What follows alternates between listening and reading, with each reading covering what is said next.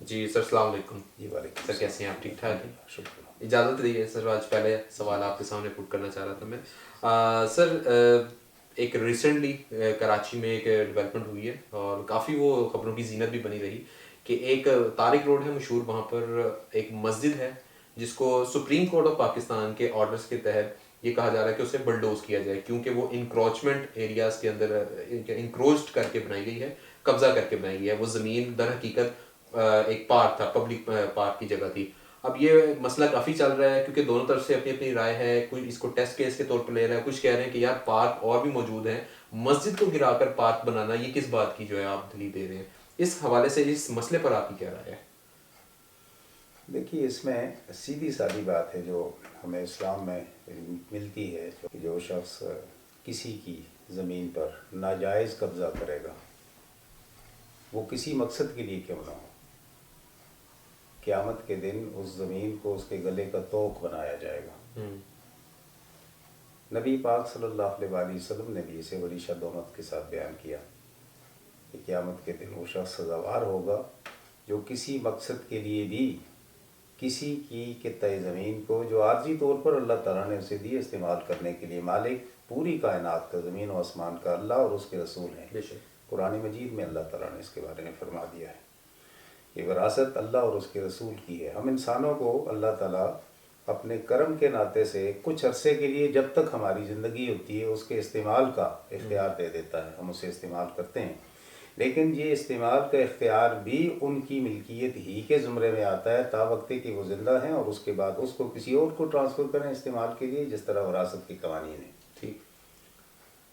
کسی صورت میں بھی یہ جائز نہیں ہے کہ کسی کی جگہ کو، کسی کی ملکیت زمین کو قبضہ کر کے یا زبردستی چھین کر یا کسی لالچ لوبھ کے ناطے سے اس کے ساتھ دھوکہ کر کے اللہ کے نام کے ساتھ منسوب کر کے یا ذاتی اپنے نام کے ساتھ منسوب کر کے اس میں کسی اور چیز کی تعمیر کی جائے اور اس کے بعد دعویٰ کیا جائے کہ نہیں اس کی تو سینکٹیٹی ہے، اس لیے کہ اس کا نام اللہ سے جڑ گیا. بے شک.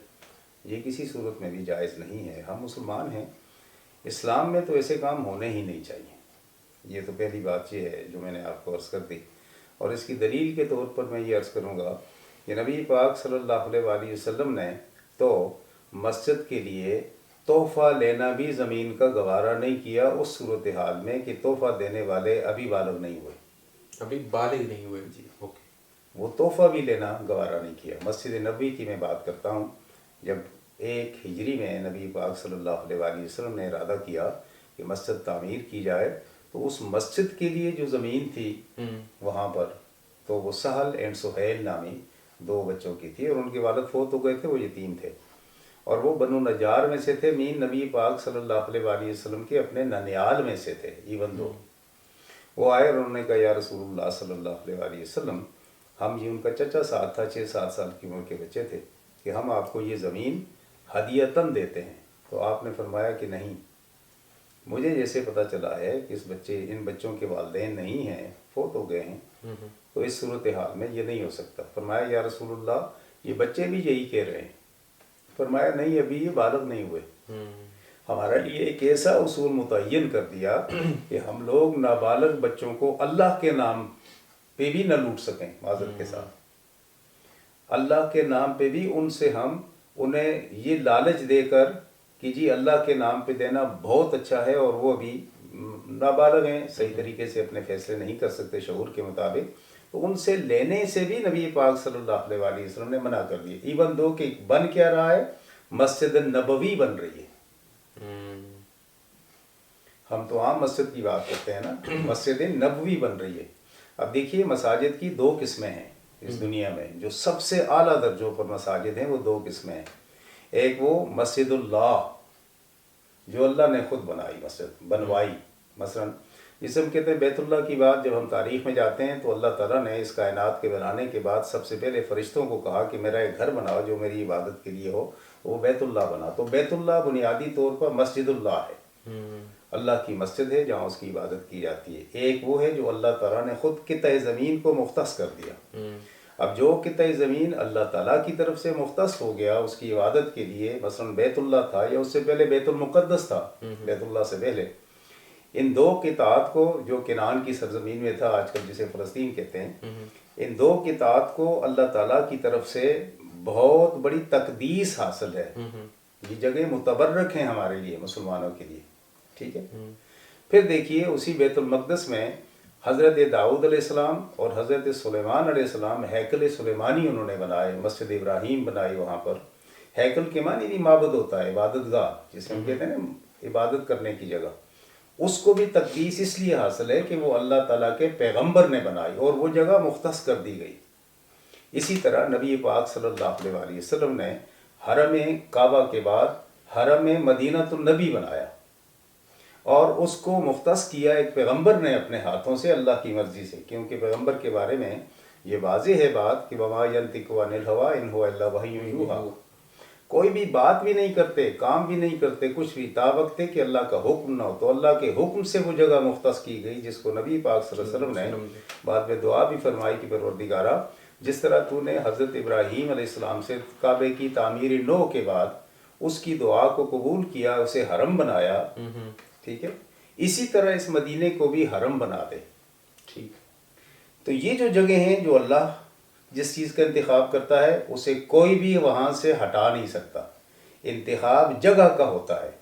بلڈنگ ہے اس کے بعد جتنی چاہو ڈھا کے پھر بنا سکتے ہو، کیونکہ بلڈنگ انسان بناتا ہے اپنی مرضی سے، اس کی خوبصورتی کے لیے، تزئین کی، مزین قسم کی بلڈنگ ہے، آرائش شدہ بلڈنگ ہے، بہتر لگنے والی، زیادہ خرچے والی، اچھی کنسٹرکشن والی، زمانے کے ساتھ ساتھ بنتی رہتی ہے. یہی دیکھ لیں کعبہ کے ساتھ، یہی دیکھ لیں مسجد نبوی صلی اللہ علیہ وسلم کے ساتھ، یہ بنتی جا رہی ہیں، بنتی جا رہی ہیں، بنتی جا رہی ہیں. لیکن قطع زمین کو کوئی بندہ ہڑپ نہیں کر سکتا، اس کو اس مسجد کے علاوہ کسی اور مصرف کے لیے یا اس مصرف کے لیے جس کو اللہ تعالیٰ نے متعین کر رکھا ہے کسی اور مصرف کے لیے استعمال بھی نہیں کر سکتے. کعبہ کو آپ اس قطع زمین کو کسی اور مصرف کے لیے استعمال کر ہی نہیں سکتے. بلڈنگ آپ جیسی چاہیں اس کے اوپر بنا سکتے ہیں. اسی طرح یہ دوسری جو انبیاء بنا لیتے ہیں، ان دونوں کو تقدیس حاصل ہے. اس کے علاوہ جتنے انسان ہیں ان کے لیے یہ تقدیس نہیں ہے کہ مسجد بن گئی ہے تو اسے نہیں گرایا جا سکتا. دیکھیے ان مساجد جو بن گئی ہیں اگر وہ جائز زمین پر بنی ہیں تب بھی کبھی ضرورت پڑتی ہے رفاع عامہ کے کاموں کے سلسلے میں، لوگوں کے لیے روڈ نکالنا ہے، کمیونیکیشن کے ویز ہیں یا دیگر انسانیت کی خدمت کے کوئی ایسے کام ہیں جو انسانوں کی بنیادی ضرورت ہیں اور وہ اس کی راہ میں رکاوٹ آتی ہے، تو اس کے بدلے میں کوئی اور جگہ مختص کر کے انہیں دے دی جاتی ہے. وہ مسجد بنا لیتے ہیں وہاں پر اور اس جگہ کو استعمال کر لیا جاتا ہے رفاع عامہ کے کاموں کے سلسلے میں. اب اس میں کسی قسم کی رکاوٹ نہیں ہے، ٹھیک ہے. لیکن انسانوں کی بنائی ہوئی مختص کی ہوئی جگہ ایون دو کی لیگل بھی ہے، وہ بھی ریپلیس ہو سکتی ہے. ٹھیک ہے جناب، ایسی کوئی بات نہیں ہے. اور اس کی سب سے بڑی دلیل میں آپ کو یہ بتا دوں کہ تمام قوموں کے لیے اللہ تعالیٰ نے قبلے کا ایک متعین یا مسجد کا ایک جگہ کا متعین کیا. مثلا بنی اسرائیل کو دیکھو، انہوں نے کہا کہ تمہارے گھر ہی ہیں جن میں تم عبادت کر سکتے ہو. وہ گھر ان کی مسجد تھے، اس کے علاوہ وہ کسی جگہ عبادت نہیں کر سکتے تھے. قبلہ ان کے گھر ہی کو بنا دیا کہ جس ڈائریکشن میں تمہارے گھر بنے ہوئے اسی ڈائریکشن میں آپ رخ کر کے اپنی عبادت کر لیا کرو. لیکن جب بات آئی محمد رسول اللہ صلی اللہ علیہ وسلم کی تو آپ کی امت کے لیے، آپ کے ماننے والوں کے لیے اللہ تعالیٰ نے تمام زمین کو ارض کو اللہ نے مسجد بنا دیا. تم جس جگہ جہاں چاہو، اسے پاک صاف نہیں ہے تو پاک صاف کر کے جھاڑو دے کر اس جگہ کو اسی جگہ کھڑے ہو جاؤ، وہیں آپ عبادت کر سکتے ہو. اس لیے مختص کر کے کہ یہ جگہ خالصتاً صرف اور صرف اللہ کی عبادت کے لیے ہے. یہ مسلمانوں کے لیے ایسا اللہ تعالیٰ نے رکھا ہی نہیں ہے، اس لیے کہ مسلمانوں کے لیے اللہ تعالیٰ نے آسانی پیدا کی ہے قیامت کے دن تک. اب اس میں مجھے نہیں پتا کہ صورتحال اگلی کیا ہے کہ عدالت نے، جیسے آپ فرما رہے ہیں کہ فیصلہ دیا ہے، اگر جیسے فیصلہ، تو عدالت کا بھی تو کام ہے کہ وہ یہ دیکھے کہ جس وقت یہ مسجد بن رہی تھی تو اس وقت کے کریکٹر کون ہیں. لازمی طور پر کوئی کنسٹرکشن ہوتی ہے تو اس کو کوئی نقشہ پاس ہوتا ہے، زمین کی الاٹمنٹ ہوتی ہے، کوئی چلو کسی نہ کسی طریقے سے کوئی پروسیجر تو چلا ہوگا. ان کو بلا کر پوچھا جائے کہ آپ نے کس طریقے سے یہ پروسیجر اس وقت کیا، کیسے الاؤ کیا، جو یہ جگہ ملکیت تھی نہیں تو ان کی، یا کسی ذریعے سے آپ نے ان کو فروخت کی ہوگی، کچھ پیسے لیے ہوں گے، کیسے لیا آپ نے، کوئی انتقال، کوئی پٹوار، کوئی اس طریقے سے تحصیلدار وغیرہ یا قانون گو وغیرہ، اس زمین کے جتنے بھی معاملات ہیں ان کے جاننے والے یا ان کے ڈپارٹمنٹس وہ کہاں تھے. پھر اس کے بعد اگلی بات یہ آ جاتی ہے کہ جب بلڈنگ بن رہی ہے وہاں پر تو اس وقت بھی بلڈنگ کنٹرول اتھارٹیز موجود ہوتی ہیں ہر شہر میں. کراچی میں تو خاص وہ طور کیا پر کر رہے ہیں؟ پھر اس کے بعد یوٹیلیٹیز جتنی ہیں ان بلڈنگز کو دی جاتی ہے, الیکٹریسٹی دی جاتی ہے, گیس دی جاتی ہے, واٹر سپلائی دی جاتی ہے, ڈرینیج سسٹم ہوتا ہے اس کا سارا, یہ سارا سب کچھ ہوتا رہا. پورا سسٹم ہے. تو متعلقین جتنے بھی ادارے تھے وہ کیا خاموش اور سوئے رہے وہاں پر اس وقت؟ انہوں نے کچھ نہیں کیا. انہیں تو کچھ کرنا چاہیے تھا نا اس وقت, کیوں نہیں کیا انہوں نے؟ پھر عدالت کا یہی کام نہیں ہے کہ آپ کسی بھی چیز کو انسانی, اب انسانیت کی یہاں بات آتی ہے تو ایسی جگہوں سے جذباتی طور پر بھی انسان بڑے منسلک ہو جاتے ہیں مذہبیت کے ناطے سے. تو ان ساری چیزوں کو دیکھ کر بھی عدالت کو سوچنا چاہیے کہ میں کس طرح کا فیصلہ کر رہی ہوں, کیونکہ جب تک ان لوگوں کو جن کرداروں نے اس زمین کو اس وقت الاٹ کروانے میں, یا ایسی زمین جو کسی کا حق نہیں تھا, گورنمنٹ کا تھا, پارک کا تھا, بس آپ چلیے دیکھیے پارک کا ہی تھا اگر تو اس پارک کی زمین, اس کا مطلب ہے یہ گورنمنٹ کی ہے, اور زیادہ امپورٹنٹ ہو جاتی ہے. کیونکہ یہاں پر جب گورنمنٹ کی بات آ جاتی ہے تو آپ نے کسی ایک سے اس کی ملکیت کے لیے پیسے دے کر وہ جگہ حاصل نہیں کرنی. 22 کروڑ عوام سے آپ حاصل کریں گے, کیسے کریں گے؟ ڈیوائڈ ہو جائے گا. ڈیوائڈ بھی ہو جائے گا. قیامت کے دن کس کس کے حق کے بارے میں کون کون بات کرے گا؟ تو عدالت کو سوچنا چاہیے نا کہ جن لوگوں نے اس وقت یہ غلط کاری کی ہے, غلط کام کیا ہے نا یہ اس وقت, اس طرح اور بھی بہت سارے کیسز ہیں ہمارے پاکستان میں, انہیں سزائیں دیں, انہیں بلائیں, انہیں کہیں کیسے کیا آپ لوگوں نے. جب تک ان کو سزائیں نہیں دی جائیں گی روک تھام تو نہیں ہوگی.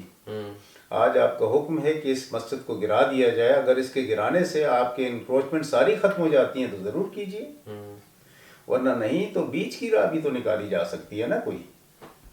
اس مسجد کے لیے آپ اس سے بہتر, اس سے ڈبل جگہ کوئی کسی اور جگہ دے دیجئے اور کہیے کہ یہاں پہ لوگوں کے اپنے مفادات مین ان کی اپنے طور پر یہی سمجھ لیں کہ پاس ٹائم گزارنے کے ایک ذریعہ ہے, جہاں آ کر وہ اپنے طور پر سیر و تفریح کرتے ہیں, تازہ ہوا لے لیتے ہیں. آپ مسجد کو کسی اور جگہ پہ شفٹ کرتے ہیں, وہاں پہ آپ کر دیں شفٹ, اور اس کی جگہ دے دیں, اس مسجد کو کنسٹرکٹ کر کے بھی دے دیں, یہ بھی آپ آرڈر دے دیں نا اس کے لیے. یا اگر یہاں پر پارک اس کے علاوہ کسی اور جگہ بن سکتا ہے کوئی اچھا سا, تو آپ پارک وہاں پہ بنا دیں, مسجد کو یہیں رہنے دیں. یہ تو سیٹلمنٹس ہوتی ہیں نا انسانوں کے درمیان. لیکن ان کرداروں کو جنہوں نے اس وقت کبھی کردار ادا کیا اور روزانہ ادا کرتے چلے جا رہے ہیں ہمارے ملک میں, انہیں تو سامنے لے کے آئے نا, انہیں سزا دیں ایک بار تاکہ پتہ تو چلے. اللہ اپنے کرم میں رکھے. اس طرح کے حالات اور یہ وارداتیں ہمارے ملک میں ہو ہی رہی ہیں تسلسل کے ساتھ, کوئی روکنے والا نہیں ہے. ایگزیکٹلی. جی بیٹا جی بسم اللہ.